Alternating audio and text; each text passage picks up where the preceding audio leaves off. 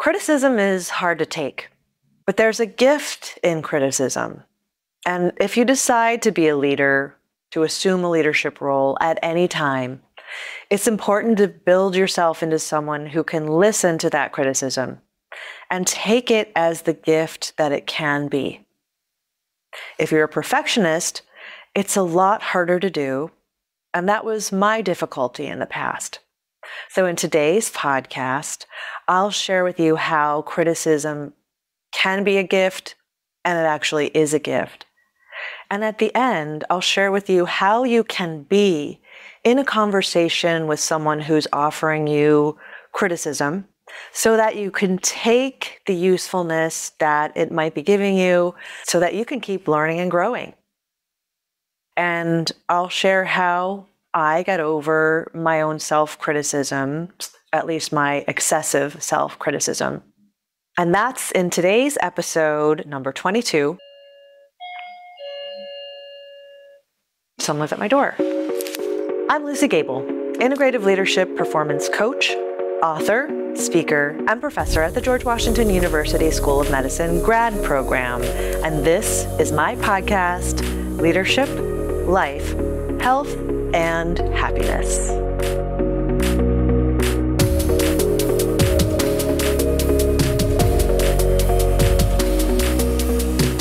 Hello? Hello, do you need any service today? Oh, no, thank you. Perfect, have a good day. Thanks.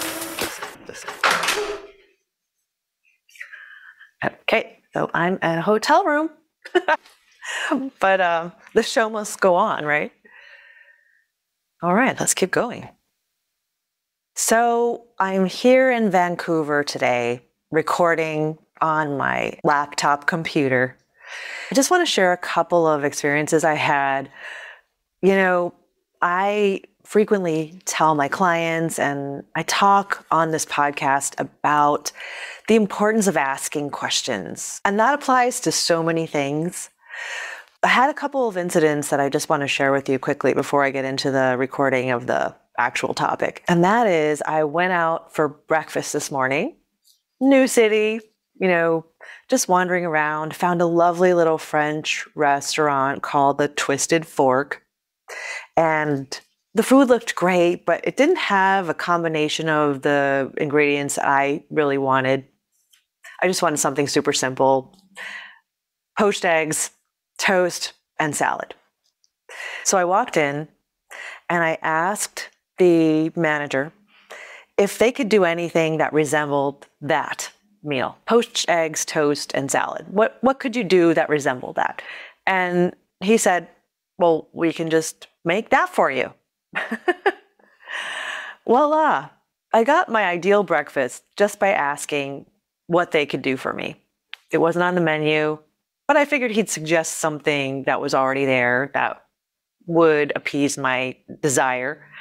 But I got exactly what I wanted. And I thought about you because I thought about how much I talk about this, the magic of asking questions. And there was one other situation this week that happened that I wanted to share. And that is that I sent a text message to a client and I was waiting back on his response, and he didn't respond. I sent it on Monday and he didn't respond. So by Wednesday, I texted him. I said, judging by your non-response, it seems like you're unimpressed with my information that I sent over on Monday. And that's what I was thinking. Wow, it's been 2 days and he hasn't said anything. So he's probably unimpressed, or he doesn't know what to say, or this is a negative response. Well, he texts me back and says, oh, what did you send? I didn't see it. Let me scroll up. That's what happened. He scrolled up. He read what I had to say and he responded. The magic of asking questions, right? A couple years ago, I wouldn't have said anything. I would have just made an assumption and that would have been it. So just for you right now, how many times do you make assumptions without asking? And you know what? You could be missing out on something really good.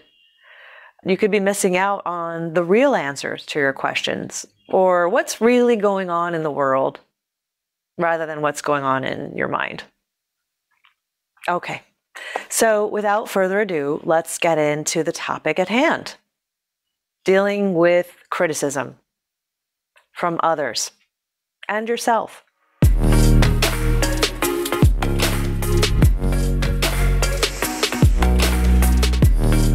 If you're in a leadership role or you want to be the best person you can be, you need to come to terms with the gift of criticism. If you take on leadership in any way, you probably put yourself out there on a regular basis. The honest truth?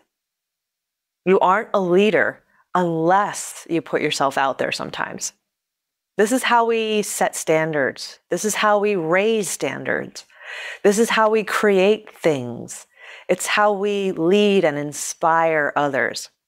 It all involves putting ourselves out there. And let's just say it the way it is. Putting yourself out there is scary because you're going to get judged. You'll get criticized, but there's always judgment, whether you stand out in a crowd or try to live a secluded life. We're going to be judged no matter what. The thing is, though, it's tough to go out there and face criticism. But I'll tell you why you might want to. And you do want to if you're a leader.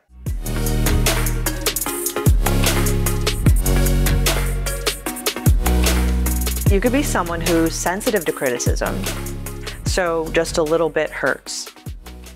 Or you could be someone who's developed a thicker skin, and it takes a lot to make you wince.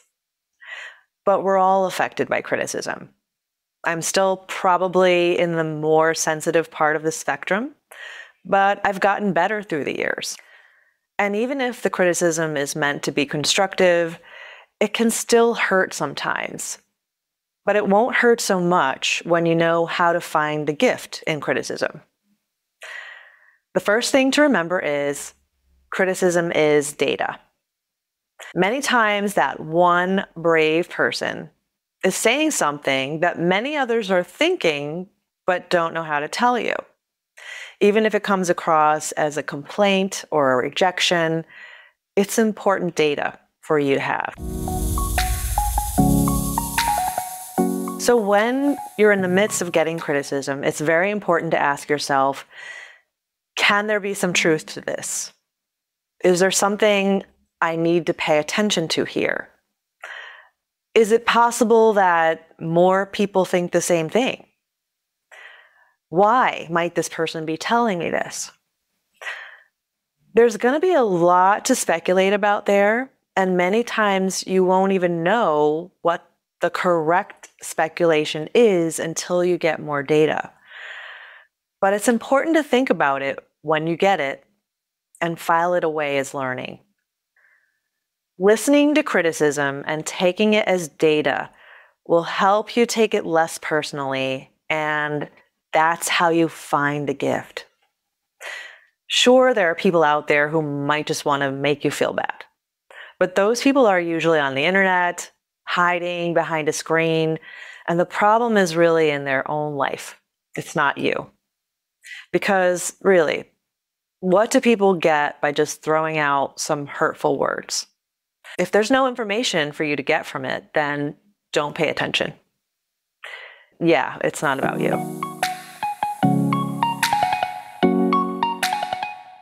But let's talk about criticism from people who are close or who we work with. Some people give it to you because they care.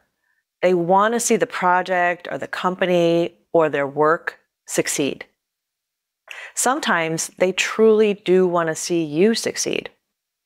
And in leadership, we need to be open to listening to all kinds of information, positive and negative, because all data helps us to be better leaders. And if you're in a leadership role, when it comes to information about yourself that's not 100% positive, you usually have to ask for it. because most people are too scared to tell you something outright. So we have to do things like 360 reviews or anonymous questionnaires. And why the heck would we want to do that? Well, because none of us can see fully the way we're coming across to others. And if we don't get some trustworthy feedback now and then, we're going to keep repeating the same mistakes that we don't want to be making. So we all need help looking at ourselves from the outside. And even when we're talking about personal life, we all need some feedback now and then. So if someone is brave enough to give it to you, it's important not to shoot them down, but have a conversation about it. Let them talk and hear them out. I'll share with you a few tips about how to be in that kind of conversation shortly. But first, I want to say that if you're someone who tries really hard to be perfect, you're going to have your own criticism going on in your own mind all the time. So getting someone else's criticism is going to be even harder for you. That was me. I was a perfectionist, and I am still a perfectionist, always criticizing myself in my own head. But I'm doing much better now. And if that's you, my honest and best advice as someone who's been through it is that you need a reality check there. Because if you're a perfectionist, most of the things you're criticizing yourself for are not as important or as big as you think they are. People outside of your own brain don't notice the teeny weeny things that you're going over and over about. And they also don't care as much about those teeny things as you do. What people mainly care about is the big picture, the ultimate result that's going to happen or affect them. And it is a great thing to be detail-oriented. Don't get me wrong. I still am very detail-oriented. And some professions require it, like the medical profession, right? But when we stress about the small stuff too much, when we overstress above and beyond, then we're just increasing our own stress to our own detriment. I've had a lot of experience with that, and I give some advice on how to reduce your stress in general in the last episode, episode 21.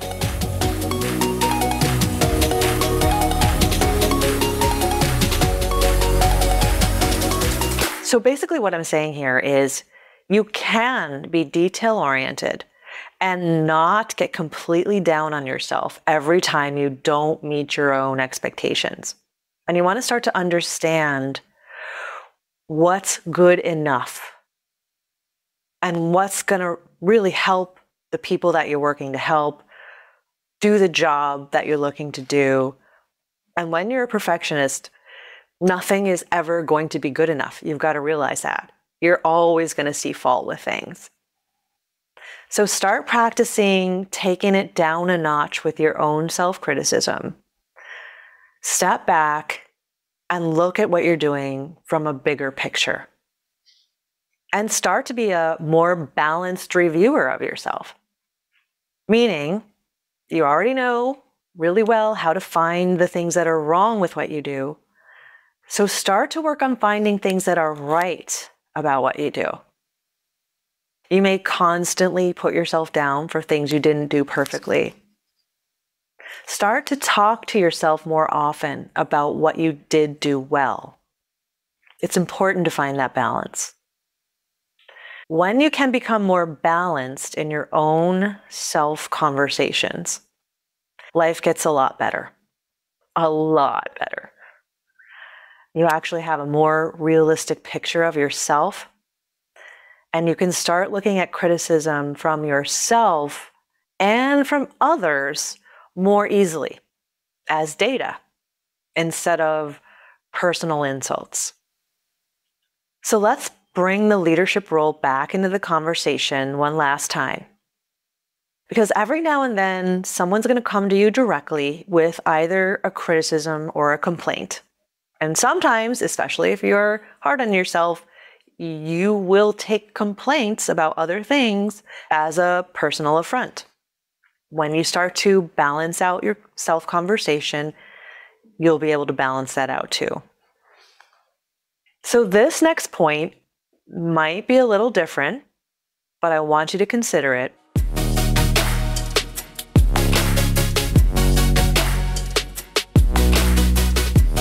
If someone has the guts to come out and share something not exactly positive with you, that person is actually someone to be grateful for.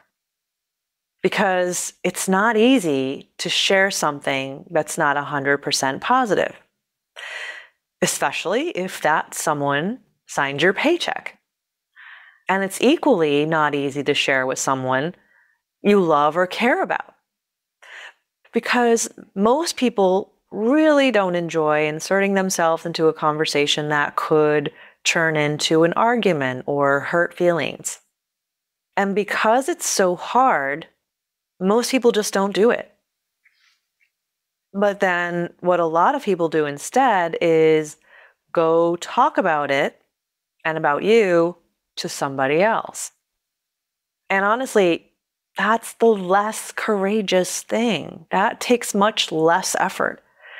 And when you find out about it, it hurts even more. It hurts relationships. It hurts businesses. Actually, it really hurts companies to have an undercurrent of criticism and unhappiness going on, talking behind the boss's back, etc. So we want to encourage open and honest communication, even when it's not 100% positive. Actually, I'll say especially when it's not 100% positive. This next thing I'm going to share is how to be in the conversation when you're getting criticism so that you can take from it the gift that it is.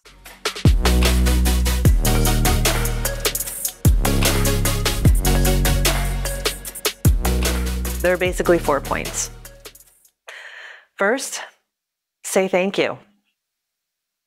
Next, tell them how you'll look into it, how you'll work on it. Third, do something about it as immediately as possible so they know that you heard them and that you care about how they're being affected by what you're doing. And then fourth, follow up on a later date and ask them how you're doing. Ask them to give you more feedback based on the changes you've made. So it's obvious to them that you listened and again that you care.